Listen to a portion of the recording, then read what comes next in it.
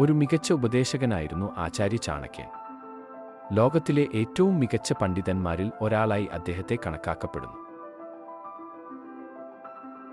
ഒരു വ്യക്തി ജീവിതത്തിൽ ചില കാര്യങ്ങൾ ത്യജിക്കുകയാണെങ്കിൽ അവൻ എപ്പോഴും സന്തോഷവാനായി തുടരുമെന്ന് ചാണക്യൻ പറയുന്നു. ചാണക്യന്റെ അഭിപ്രായത്തിൽ ഒരു വ്യക്തി ഒരിക്കലും സമ്പത്തിൽ അഭിമാനിക്കരുത്.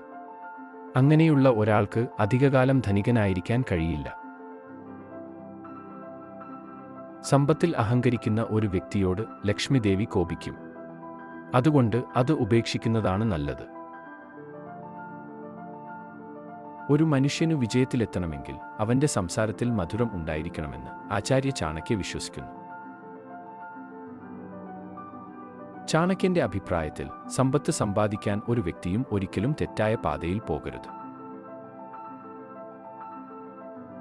ഒരു വ്യക്തി എപ്പോഴും സത്യസന്ധതയോടെയും കഠിനാധ്വാനത്തിലൂടെയും പണം സമ്പാദിക്കണം. അങ്ങനെയുള്ള പണത്തിന് ആയുസ്സുണ്ടാകുമെന്ന് ചാണക്യൻ പറയുന്നു. തെറ്റായ വഴികളിലൂടെ പണം സമ്പാദിക്കുന്നവർക്ക് ജീവിതത്തിൽ ഒരിക്കലും പുരോഗതി കൈവരിക്കാൻ കഴിയില്ല. അത്തരം പണവും അധികകാലം നിലനിൽക്കില്ല.